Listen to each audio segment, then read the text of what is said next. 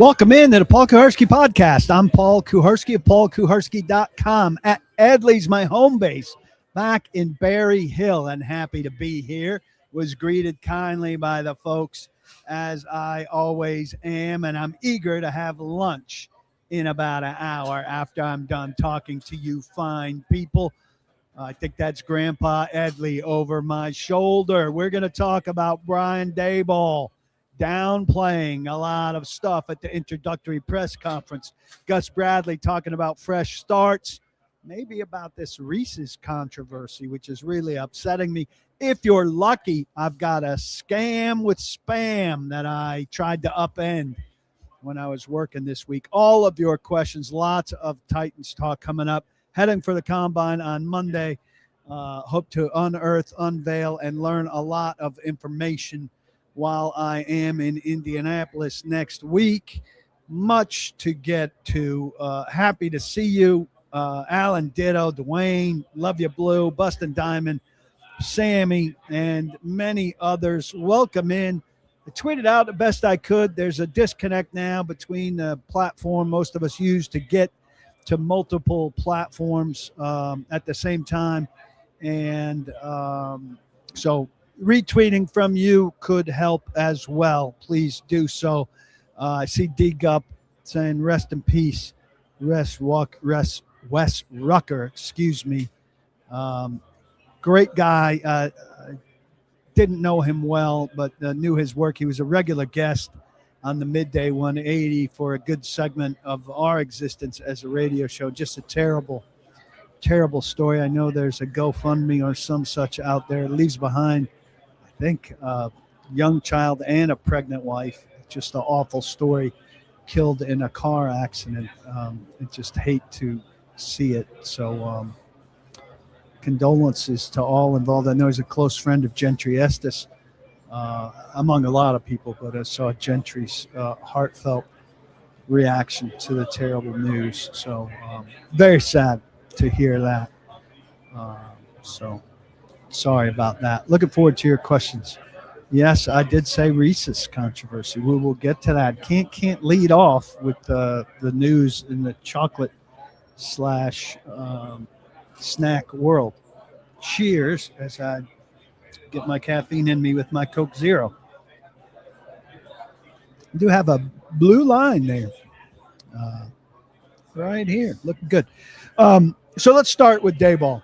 Titans obviously introduced their coordinators on Wednesday. Brian Daboll, Gus Bradley. Both obviously significant head coaching controversy. Both coached, not controversy, experience. Both coached into their fourth year. Bradley in Jacksonville and Daboll in New York with the Giants into last season. He was fired, second head coach fired during the season, I believe, after Brian Callahan. Very impressive, had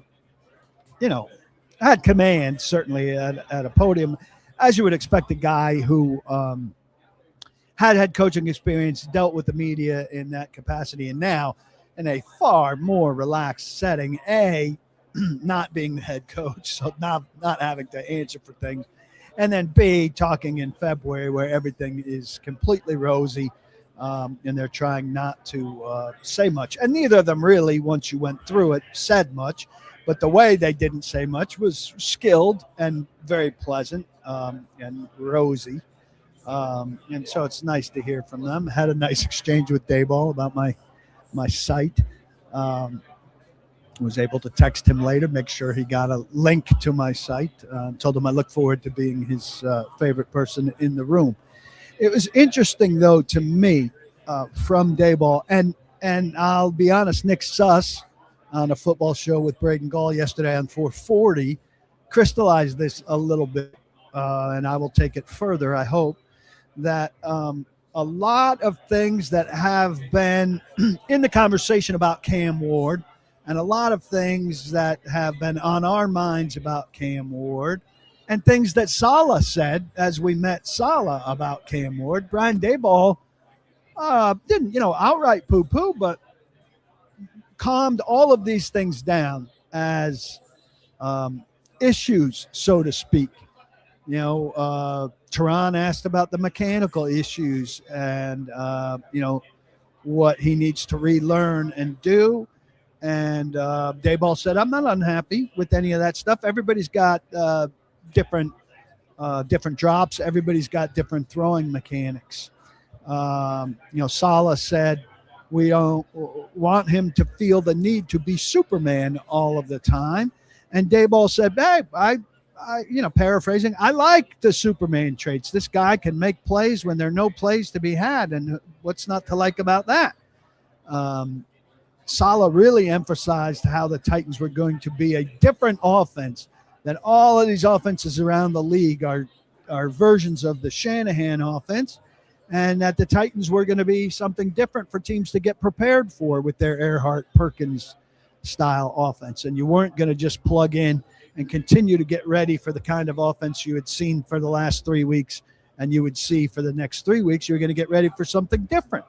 And Daboll, I don't want to say was dismissive of that, but he said it's not that different. Here's what he said about that. I think, look, everybody's got a lot of the same plays in the National Football League. It's how you window dress them. It's the tempo that you want to play with. Again, we're not there quite yet. We're kind of learning how to speak the same language with people in the room that have been here, some new pieces. We want to play fast. We want to play physical. We want to play with a certain edge to ourselves. We want to not lose the game by doing dumb things. But those are the foundational pieces relative to scheme or motion or no huddle. We have all those things. I think it's dependent upon how the players can handle those things as well, too. It's no good putting in a bunch of stuff if your players can't handle it. So we're, looking forward to getting these guys here as soon as they can get here. It's all the same. It's window dressing and it's tempo. And you don't want to say my offense is going to be super distinct or harder for people to get prepared for because it's different. So not saying he was contrary or contradictory at all. That's not my point. But a lot of things that were stand out or differentiated by Saleh or by what we saw from Cam last year, all of that stuff, Daboll, in his first time talking to us, kind of tamped it all down, which is a reasonable thing for him to have done.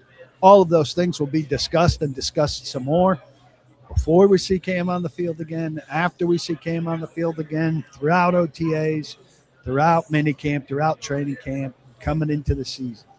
But initially, what Brian Daboll wants us to think is not a lot of big stuff here. Development, growth. He wants to get to know Cam Ward as best as he can before he does a lot. I wish I had followed up with some of that. He can only get to know Cam Ward so much. Not very much. Can't do a lot of football talk between now and the start of OTAs. And so, he wants to structure a playbook around him, wants to learn the game through Cam's eyes, but can't do a lot of that before the playbook's done and in these guys' hands. So can do it through continued film study and stuff like that, learning about Cam from people who've worked with Cam, and seeing Cam up close, a holdover like Randy Jordan, Luke Stalker, who obviously weren't hands-on with Cam, but had a feel for Cam, or Gonzi, who scouted Cam, stuff like that. So that's interesting. They're playing Springsteen here, Born in the USA on in the background if you can't hear it. And I nailed Springsteen tickets this morning. It's playing Atlanta on May 2nd.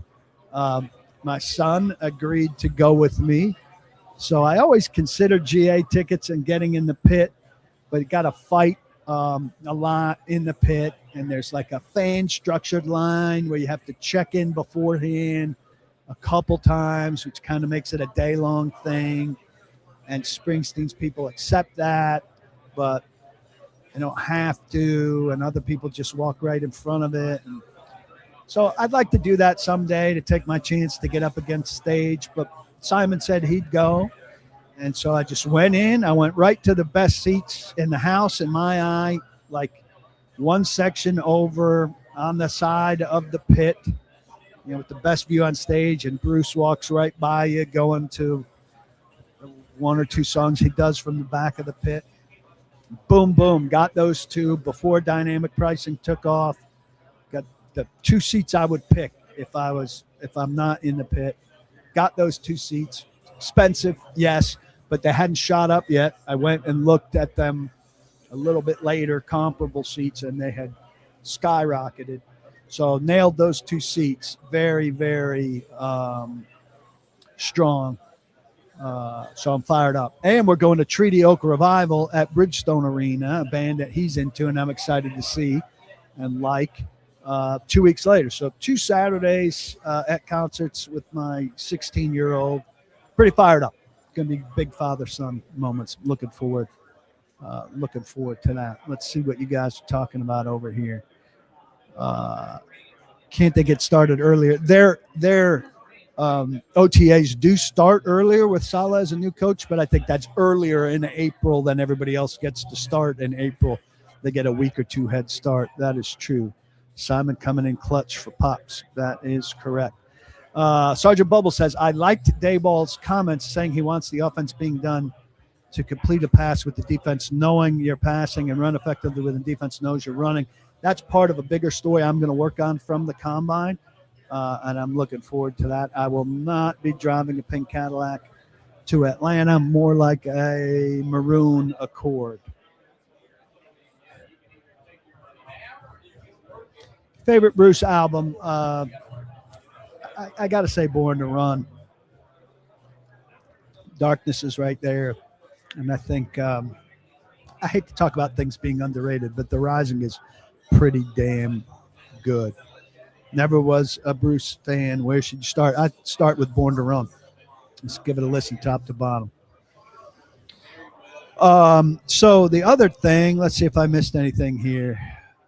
Yeah, sounds like Daboll is not downplaying Ward's freelancing. Curious to see how much of a playbook can be freestyle and give his young quarterback the reins. Well, I don't know that you call plays for freelancing. You allow for it. It's how much do you discourage it, maybe. And I think, Callahan, hard agree, very much wanted him to play in structure and let the freelancing, don't overdo it on the freelancing. Now, I think that's a scales of justice thing, right? It's one of those no, yes things. And he had a lot of plays like that. He said, one of the big things he learned, he told us at the end of the season, was you can throw back to the middle, which he can and has done successfully, but also can kill you. It's one of the more dangerous plays in football. I think, interestingly, that we'll see, obviously it sounds like Daboll's more willing to see some of that stuff. And look, it's a Cam Ward strength, the freelancing stuff. But you can't call on a crucial 3rd and 5, go freelance, right? You got to call a structured play. You hope the structured play gets you the 5 yards you need for a first down or more. You hope the structured play gets you some first downs, not on 3rd down, but on 1st and 2nd down. But you allow for the freelancing more. The guardrails can be different, which I think they will be. And you go from there. So I think they're going to be less nervous, if you will, less restrictive about Cam being Cam, so to speak. That's cliche, but less restrictive about Cam, less nervous about Cam turning to do what he feels is necessary when a play breaks down. But also, you would hope that this team will be better and things won't break down as often, and he will be able to run structured plays that are designed to feature his strengths. And if they have that, then things should be better all around. And if they are better all around, then those moments where he plays out of structure will perhaps be even more big impact. They were kind of out of desperation this last season. Maybe they'll be less out of desperation this season.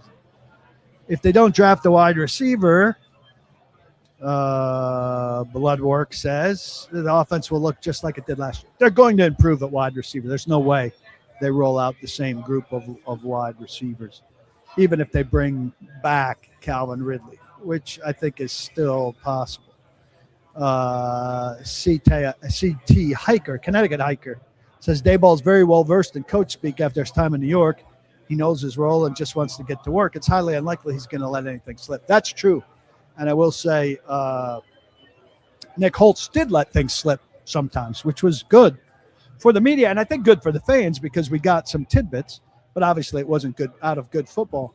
I will say this also, a lot of people were like, whoa, this is way better, these coordinators. Actually, they didn't say a lot. And the Tuesdays, when we talked generally in a regular practice week, we talked to Holtz, we talked to Denard Wilson, and we talked to John Fossil. And they were excellent with us. Very informative, very open, willing to give examples. They may have had issues as coaches. I think Denard, a very good coach. I think John Fossil, obviously a very good coach, who's going to be back. Nick Holtz in that tough position that Bradley's going to be in too, where a lot of people just insist that there's not enough work for you because they don't see your immediate work product on display on a Sunday during a game. But all three of those guys were good talkers too. So that Daboll and Gus Bradley on first blush were good talkers. I think they will probably be more reserved. But this is not a huge upgrade in talking. Those three guys last year were very good talkers. One of them carries over, and I think we'll get good talkers again. I hope it's not on Tuesday. In typical work week for media, this is purely selfish, Tuesday equates to a day off where you don't have to go to the facility. Callahan in his first year wanted his coordinators to talk on Tuesday. I think PR managed to convince him not to do that, and we still had Tuesdays off. This last year, we were there Monday, Tuesday for coordinators, which is the only thing that happened. Wednesday, Thursday, Friday, regular work week. You don't have to have sympathy for us, but you'll have your work week. Like, that's the day that we could get some other shit done. But during Brian Callahan's second year, we also had to be at the facility to talk to coordinators. Good talk, but talk that traditionally would happen on a Thursday. It was quicker in terms of getting their reaction to Sunday's game. And I don't know what Robert Saleh's schedule will be like. That's a good point here. I mean, Bubbles said that the Daboll had Superman in Buffalo with Josh Allen, so why would he want that again with Cam? I think you want it when you can get it, but you don't want it that much. We could get into this Reese's thing. Reese's Peanut Butter Cups, one of my favorites, one of a lot of people's favorites. Look, they're effing with the formula. So Hershey's controls Reese's. So the great-grandson or whatever of the original Reese's guy complained lately that some of these Reese's takeoffs, I don't know, his were, some holiday-related theme or whatever, is not the original formula. It's not chocolate and peanut butter. What it is labeled as chocolate candy and peanut butter cream in quotation marks. Well, that's not what a peanut butter cup is.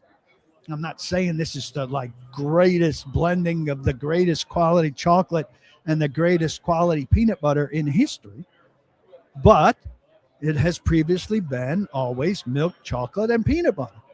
And it is not milk, chocolate, and peanut butter when it is chocolate candy, quotation marks, and peanut butter cream in quotation marks.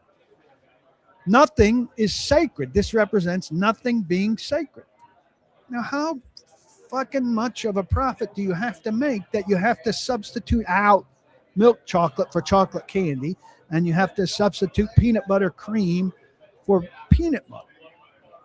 That cutthroat to make a profit? and think that we're not going to notice and complain and protest. And so I'm out. Well, I'm off chocolate now. I've been eating better, and I intend to eat better. And this fat face that's filling your screen right now or connected to the voice you're listening to is going to get thinner. But when it comes time for my peanut butter cup, I might go get something fancier or better. This is ridiculous. They should. Bloodwork says until they bring back the Inside Out, they're on his shit list. He doesn't like their product choice. But I think it's absolutely ridiculous that you mess with the formula of a classic. Absolutely ridiculous. Dwayne is very disturbed by this. He finds it very disturbing. Now, Bustin' Diamond has found an alternative here. He said he tried the Snickerdoodle Twix last night, and it was fantastic, he says. And that's fine. If Twix wants to mess around with new stuff, that's fine. But to me, a Twix is the original Twix. And I don't need 16 versions of Twix. I need Twix. Apparently, you have to always be coming up with something new to get people to try your new thing. I just want the classic to be left alone. Leave it alone. Now, Bustin says the Oreos Reese's had potential to be great in their shit. I don't, again, just don't get the main thing wrong. But here we're starting a movement here. Pirtle's out. He's not buying it. No more Reese's. And now Karen's going crazy. Karen's talking about Hershey's with almonds. I'm fine. A Hershey bar's good. Hershey bar with almonds is a logical step to take it. But the Hershey bar, whether you like it or not, is the Hershey bar. And you don't mess with the Hershey bar. You don't mess with the base product. And I don't like this messing with the base product. Indominus Rex syndrome, Sean said. Bigger, better, faster, all the time. More. This is good. You guys are doing well on this. We can't stand by and accept this sort of stuff. And I think there's some change that we just can't avoid. We're too small. But on this, I think we can affect. When people, when the political stuff was going on and people said they weren't going to watch football because Kaepernick was kneeling, no matter how you feel about that, I don't think you're big enough to make a dent in it, first off. And I don't think you're upset enough to turn the games off. Some people will come in here and they'll say, I did turn the game off. And I don't watch anymore. They won't come in here because they don't want to discuss it because they're not watching it anymore. But did it hurt the NFL? Not in the least. The NFL's doing better than ever. You can't hurt that. But can we hurt Hershey's? Can we hurt Reese's? Hershey's, who now owns it? I think absolutely. If this story's big enough, if enough people talk about it, and you're hankering for something at the mini mart, at the inconvenience market, you can absolutely affect it. And we should be loud enough about this thing that they go back to what they were doing. And if it costs 3 cents more, well, then so be it if that's what you have to do. Now, Finley, named after my beloved dog who passed away in the last year, wants the cocaine back in Coke. Now, I think maybe laws have changed in a way that would prohibit that. But cocaine back in Coke, taking it a little far. This has been a good conversation. Yeah, people who turned off the halftime show and then they missed that that Bad Bunny did not, in fact, wear a skirt and burn an American flag. And we talked about this. You have to like the music. You have to understand that the NFL is a marketing tool. Halftime is a marketing tool. And they got a lot of people who don't watch football to watch the halftime show because he's huge internationally. And what they wanted was international audience. And they got it. Go eat candy in Europe, Swedish dance party said. Yeah, I'll just go to Europe to eat my candy. I'm going to buy this $3 candy bar. And in order to buy a better €3 candy bar, I'm going to book a $1,500 flight to Europe and use up all my Marriott points. I've been to Europe, and the candy is fantastic. But when I'm craving some sweets, I can't exactly hop on the The All-22 is always looking for somebody that has a private plane. Where are my All-22 guys in here? Is Dwayne still in here? Tell him, Dwayne, we're looking for a private plane guy that on a whim would do something like this. Hey, let's go to an EPL game and eat some really good European chocolate. That would be a fantastic idea for me. And you guys who are members of my site help me make a nice living. But it is not so nice that I could go to Europe when I crave chocolate. I wish. This has gone remarkably well, this conversation. It's gone well enough that you might get me to share my story about a tree cleanup guy with a scam via spam. If you ask for that later, we might get to it. And Howie offers he's got a private electric scooter. I wonders if that'll help. Yeah, I'll go on a boat and I'll ride your scooter around the boat while we cross the Atlantic, and I get incredibly seasick. It'll be absolutely fantastic. Busted Diamond says might need to take the shorter trip to Mexico for the true chocolate. I'm not that familiar with the quality of Mexican chocolate. This has been fantastic. You guys are great. Swedish dance party. I'm very curious where you're based. Ed Henry said analytics ruined baseball. Now Reese's. When will it end? And some people say Reese's, which I admit I said as a younger person, and now it's kind of hard for me to say Reese's. But I'm trying to be proper. All right, let's talk some more football. I'm Paul Kuharsky of paulkuharsky.com. I'm going to go retweet. I think we should retweet. I think we should all retweet and get a crowd in here. It's not, they're making it harder to retweet, which is disappointing. So I don't really care for that, but it's difficult. We're going to put down the mic for 5 seconds. Everybody count with.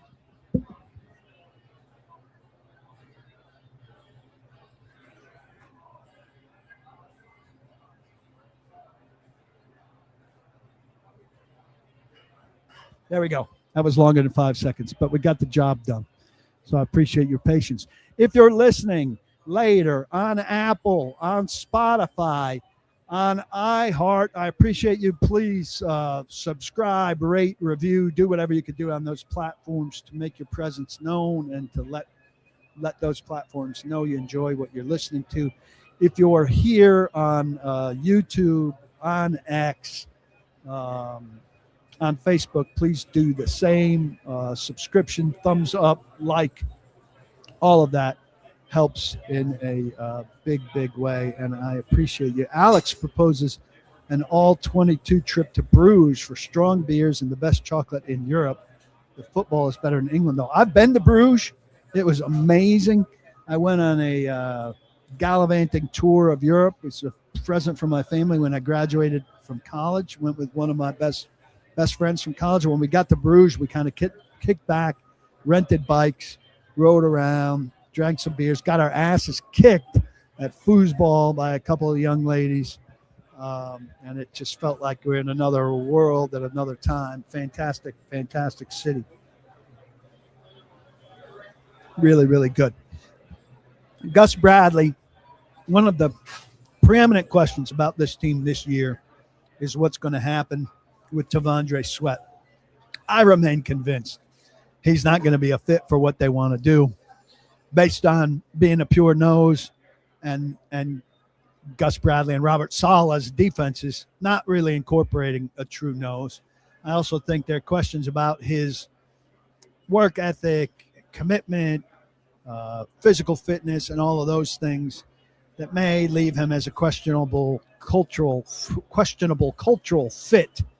Will he do the things that will make him a cultural fit here and force them to find a spot for him? I'm not convinced, but I thought Gus Bradley was very good, talking about a fresh start for everyone, no presuppositions left over from what happened in the past and things like that. Here is Gus Bradley talking about fresh starts. Well, I think, to be honest with you right now, I mean, we're talking about staff. We're going through scheme. We're, giving the scouts a good idea what each position looks like. Had conversations. We're really excited about all the guys. And that's just, I've always believed that when you come into a new situation, the previous staff has done a good job. There's obviously some good things that have taken place with them. Our job is to continue to add to what they've already built and take it to another level. And also, I think that's very important as coaching staff. We give the players a fresh start. I think in the years I've done it, when a new staff comes in, that's what they're hoping for. Man, I just hope I have a fresh start, that you don't talk to everybody in the building, get all these notions of who I am and what I'm all about, and then you base your opinion off of that rather than just meet me, watch me play, and then make judgment. And so I'm really trying to stay in that world. I think Robert is too, to try to protect that part of it, to say, let's get to know them. We're excited about everybody in the building, and let's give them that fresh start. Sorry, I was looking at my Edleys app. So this is what you need to do, is get on this Edleys app where you can order, place an order right here on the Edleys app. And it's superior to Grubhub, to DoorDash, to Uber Eats. It's incredibly cheap to have Edleys bring food to your house. Now, it's better option for you if you want to eat Edleys food to come to one of their many locations. I'm here in Berry Farms today in Franklin. There's another one in Franklin at the factory. You could also go to 12 South, to Nolensville, to Sylvan Park, to East Nashville, to Donaldson, to Gallatin. Donaldson and Gallatin. There is one of these fine Edleys restaurants near you. If you want to order on the app, it'll tell you if you're in range. You can order up there for a cheap delivery fee. They will get hot food to you in a hurry, and it'll be like you're at the restaurant, but you're not going to have a picture of old Grandpa Edley, I think he is. If you come to the restaurant, get big portion at a reasonable price. You can come to this bar here and order and eat here like I'm going to do. It's a perfect place to bring somebody for a business lunch. Perfect place to bring your family for lunch over the weekend, or for dinner one night where you just don't feel like cooking. The food's delicious. Brisket, burnt ends, any kind of barbecue you desire. Great side dishes to get this ooey gooey butter bar that's phenomenal dessert, not chocolate, so I could still sneak it in even if I'm trying to eat better. Hospitality's fantastic. The lines are short. Pretty much it's the perfect place to come and eat. I can't encourage you enough. Inevitably, people are in the comment section talking about how they love it and they come regularly, or they've visited Nashville and they came and it lived up to the billing.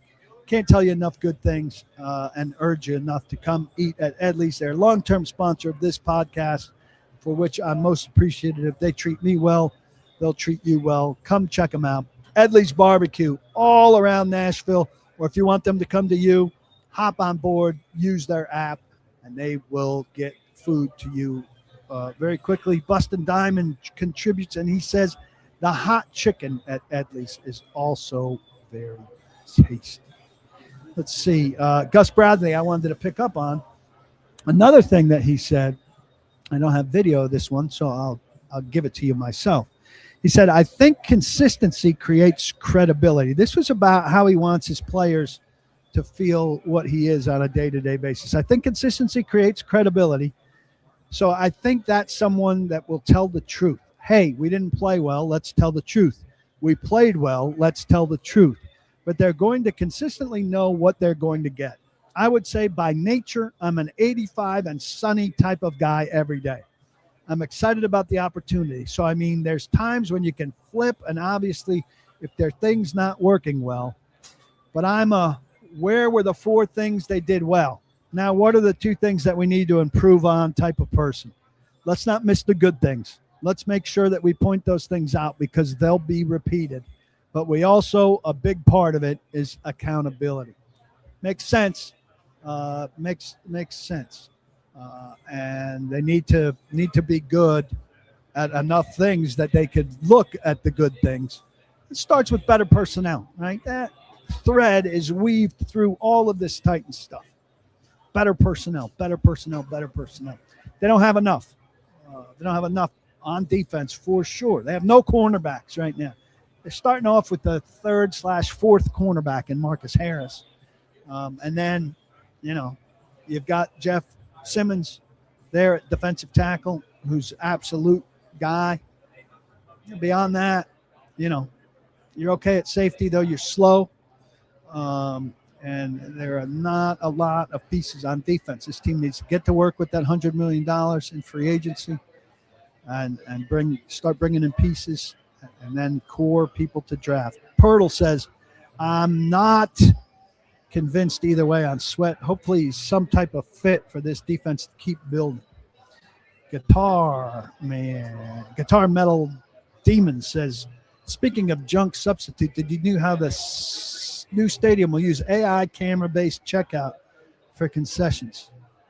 A big objective of the new stadium was to create new jobs, not outsource them. Well, I get your point. But these day workers for jobs at a stadium, those jobs are not great jobs. People aren't running to those jobs. They were busing people in from Atlanta for some of these jobs at the old stadium. They don't pay great. Maybe you have to raise the rate. But here's my thing. If I'm a fan, I want to get to the concession stand and get back as fast as I can. And if that's frictionless, and look, I've been to the Masters. That's as fast an exchange as you can have. That wasn't frictionless, but boy, they make it fast. At the airport, I've been in some of these. Boy, it's a lot faster.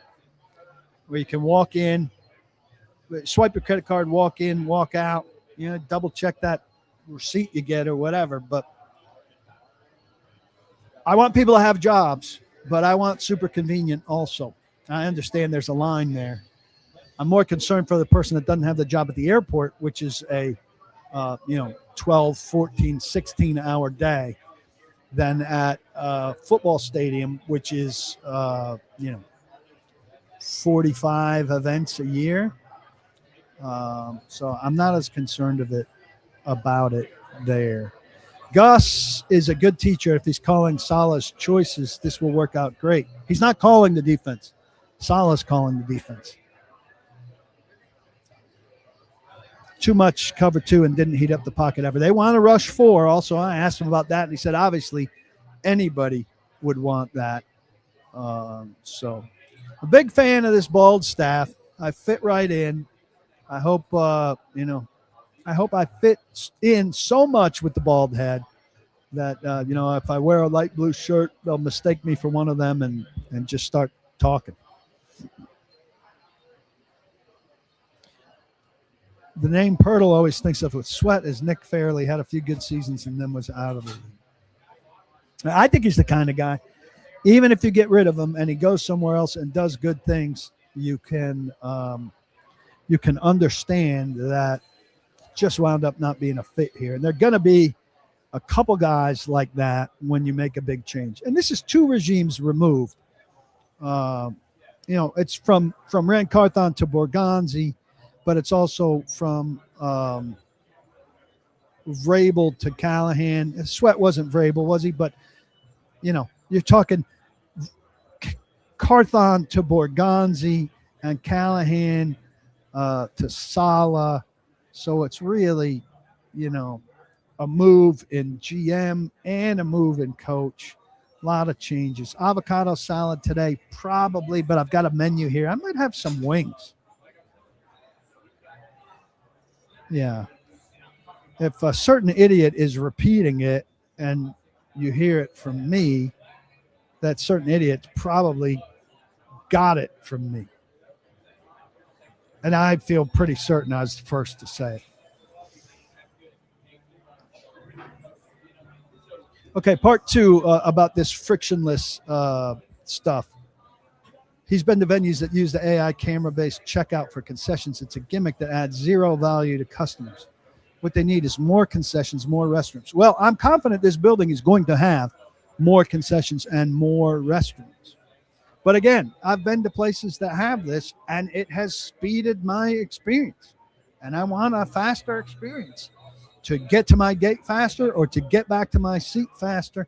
And I have no issue with that. Now, I've given the NFL my face a long time ago. For 3 years, I've had to put my face on a camera to gain access to certain areas. So, I mean, I think some of this shit's unfortunately inevitable. And for you guys, you haven't done it yet. So I understand some reluctance on that front.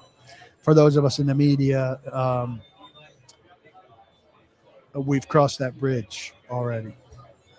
Look, Sergeant Bubble says, let's hope Big Jeff gets Sweat to actually train with him this offseason and we see a motivated, improved Sweat this season. That's not on Big Jeff. That's on Sweat.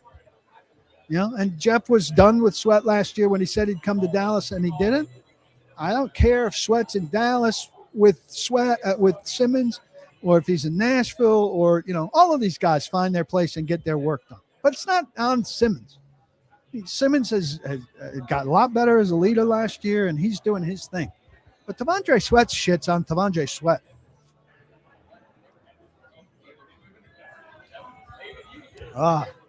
Look at Alex. Alex said he'd willingly swap some of their supreme European chocolates for a London branch of Edley's opening up. He visited 3 times and loved it. That's awesome. Where are you in Europe? I think it'd be hard for Will Newman to get his product to Europe, but I'm sure he will love to know that there is demand for him in London. Maybe we could get him to open a European chocolate shop connected to Edley's. That'd be pretty hard too, but I like the idea of this exchange. Edley's in London. Titans, I think, going somewhere foreign this season. It's weird because they have 9 road games and 8 home games this year, if I'm not mistaken, and I still expect them to give up a home game because they're not going to want to give up a home game in the new out of the new stadium.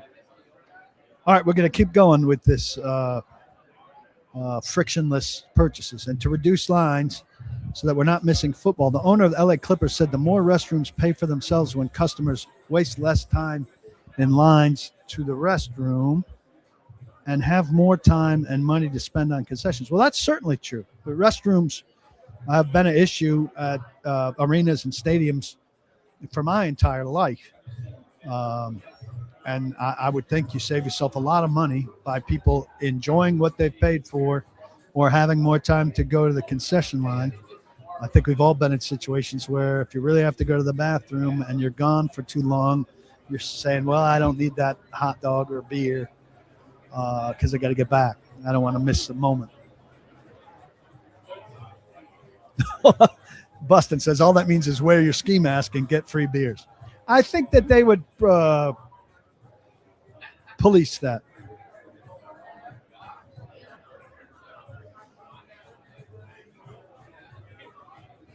Bradley coached Max Crosby in 21. I wonder what their relationship was like. Look, I think Max Crosby's incredibly appealing. I just think that this team is going to avoid older for younger. And, there's been a lot of talk about culture setters coming from, and this is something I'll talk to the Titans about. Culture setters growing your culture from the very beginning in your system, not coming from the outside with other culture stuff and growing your culture from that.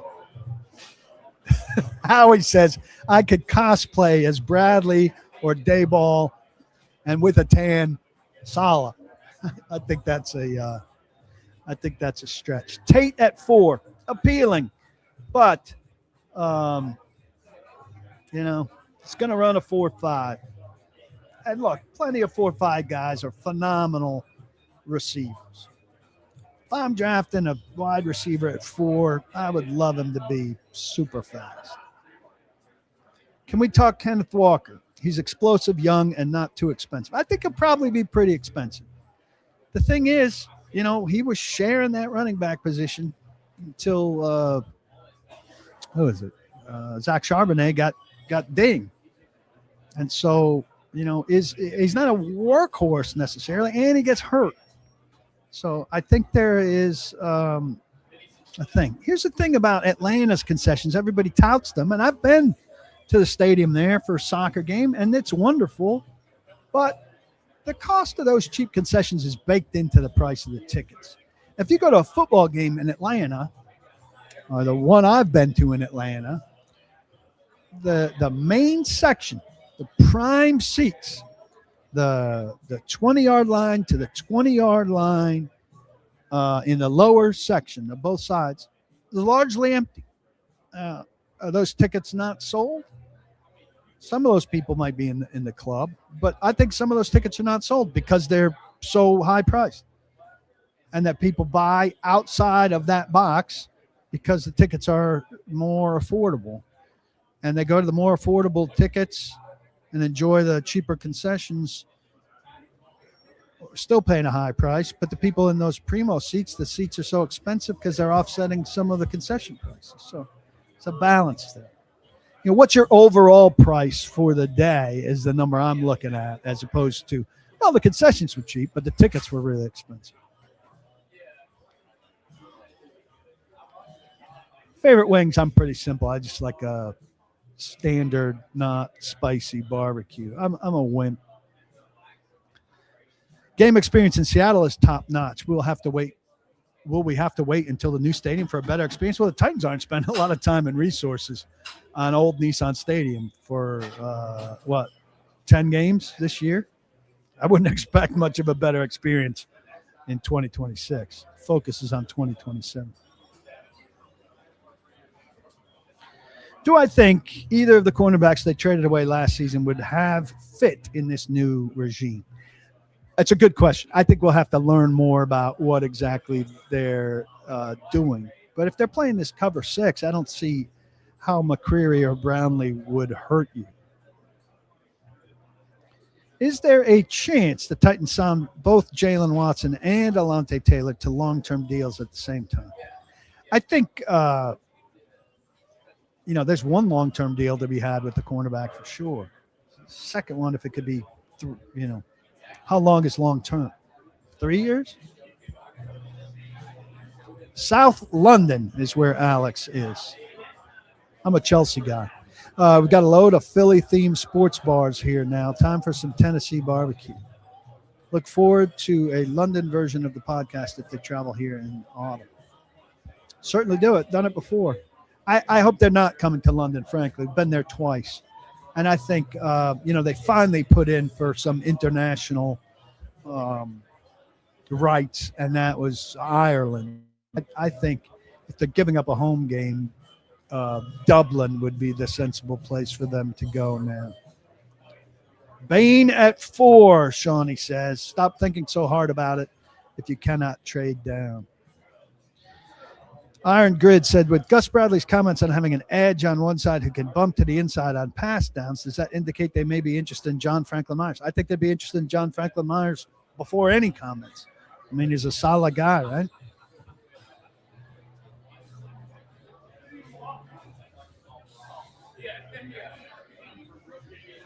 I see that the Titans changed their medical staff, says Mr. Wonderful, from St. Thomas to Vanderbilt. Do I know anything on why they changed? Man, you got to read me. I broke that it was Vanderbilt after it came out that Ascension was leaving. Ascension decided not to pay a more expensive rate going forward. Now, it doesn't mean all the doctors are changing. John Williams, who's an Ascension guy, I don't know if he'll leave Ascension to go to Vanderbilt, but he's going to remain their team physician. The orthopedists, who are generally the face of this thing, will change. But I think the question in the healthcare industry is it worth big bucks to get the advertising we get out of being the orthopedists for an NFL team, or can our money in the age of difficult healthcare situations for so many people be better spent? And I think Ascension decided it could be better spent. And I think that's I would like that in my healthcare people. It's also going to be weird, like the two big outward perks of being the Tennessee Titans healthcare provider is the uniform patches on their practice jerseys. So that's photographed a ton, obviously. Gives you a lot of visibility. And the name of the facility. So the Titans going to work at Vanderbilt Sports Park. Kind of seems weird, like for your facility to be named after a university, yes, but also a SEC football team. So it's kind of weird. More to come on that. Look, news like that is coming out at paulkuharsky.com. That's why you should be a member over there, not just for the news, but for the high-level analysis and for the institutional knowledge. Look, when this new logo debate started, when it came out on the plush that was released by Fanatics, who was the person in town that recognized, hey, this logo has existed since at least 1999 because it was on the floor of the lobby at the team headquarters? Who recognized that and went and found a picture of that? I did, because I've been covering the team since 1996. I've got the institutional knowledge of stuff like that. I think there's a lot of value in that if you're a fan of this team. Not that that's an earth-shattering story, but those are the kind of things you can get from me. So for less than a cup of coffee, a beer, or a cocktail, you get all my Titans coverage, plus Mike Herndon's analytics, Drew Beatty's film study, Braden Gall on the draft, Blake Bedingfield post-game with a scouting review. It's also the best way to support independent Titans journalism. And so I'd urge you to join. It's very inexpensive and very important to what goes on around this team. And I know there are a lot of you that come here and enjoy this. And so I'd urge you to stick around and to get the full fill. And if you join, you get a text telling you that when these podcasts go live, which is another nice perk of membership. So details coming here in the chat. What else we got?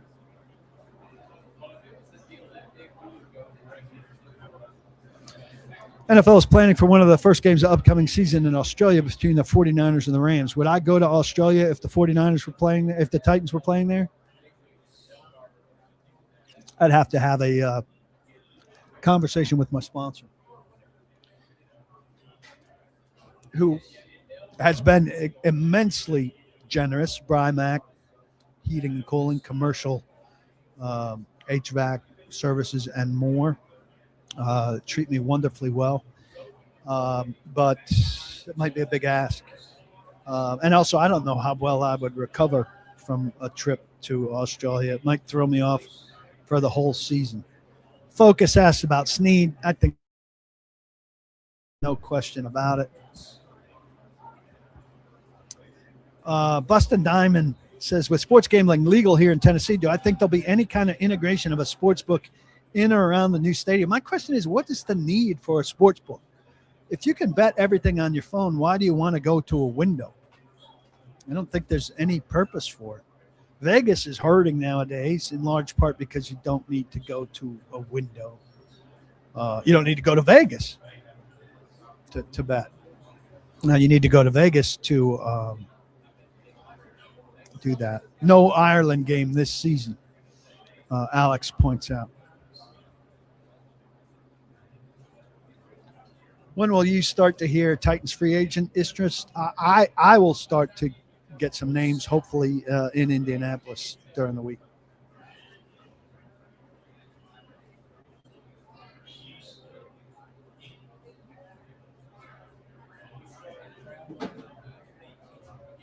Ed points out that I recognize the logo while doing more important things like showering, which is true.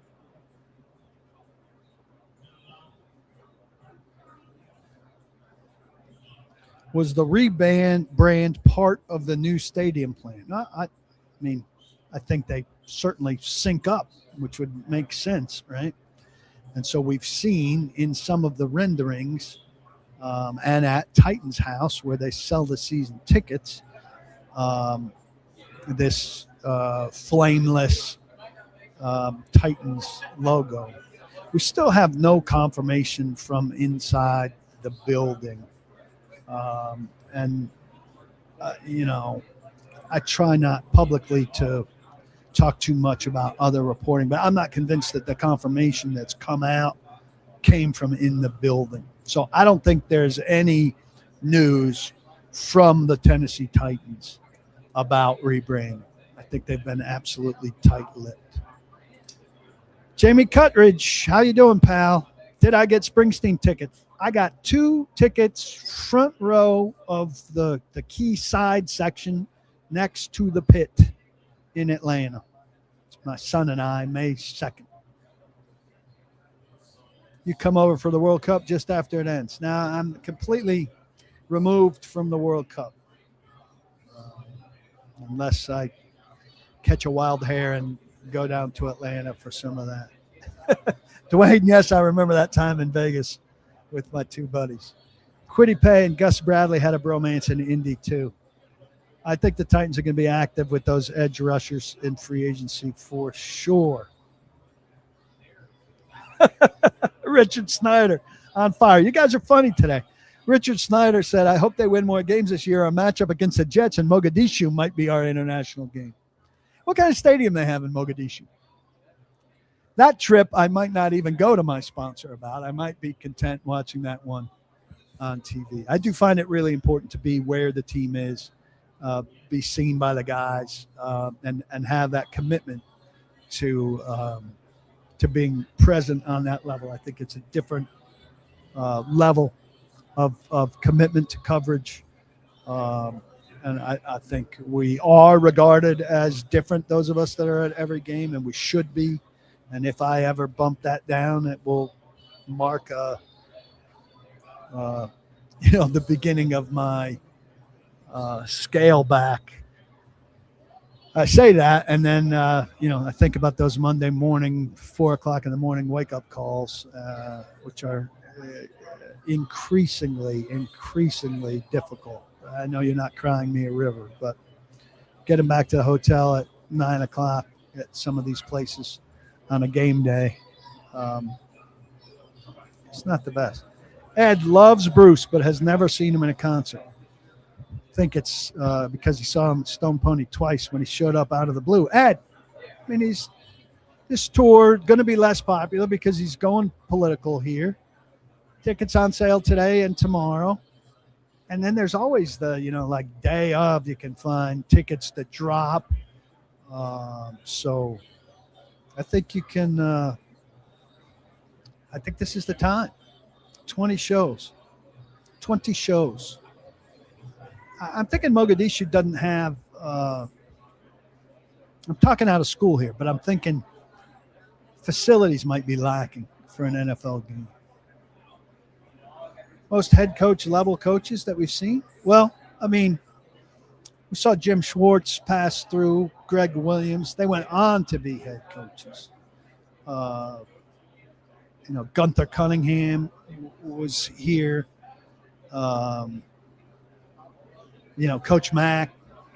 Usually there was one on a staff, not 2 or 3 if you're counting Fossil. So it's a lot. But look, that doesn't win you games. It just means you have a lot of experience. And this is the pendulum swinging, right? So we went from no head coaching guys on the staff to bringing McCoy, who wasn't particularly impressive and didn't keep up with the times, to 2 coordinators with significant head coaching experience, plus a coordinator who's worked as an interim. So it's a big deal different. Now, I think if you look at Clint Kubiak, not remembering who his coordinators are, but 1 or 2 of these new guys are doing the Brian Callahan path, which is not going to serve them well, I don't think. And Clint Kubiak wound up in the situation that where you're late too. Kubiak comes in late, and it's hard for him to get as good a staff because so many people have been taken up. It leaves room for guys like the Titans' former run game coordinator, who's on the staff as a senior assistant, and Ben Bloom, who's on the staff as a senior assistant, to get late jobs. And Ben Bloom, I need to check in on, but I hope for him. He's a good coach and a good guy that I imagine he would much prefer to coach linebackers for the Raiders than to be a senior assistant for the Titans, because he wants to coach players hands-on, and one gives them a chance to do that, and another doesn't. Ed Henry, nothing wrong with going to a concert alone, man. Especially a Bruce concert. You'll be amongst friends right away, and it's easy to find a good single seat or move to a good single seat. So do a get in the building ticket. You'll be fine if you're just in the building, but you could do a get in the building seat and then look at what available tickets are 2 hours before doors open, map out 6 of them, and go check out those 6 seats and see if they aren't open when the show starts. I've done that a million times. Not in the New York area, though. Just get in the building. Get in the building.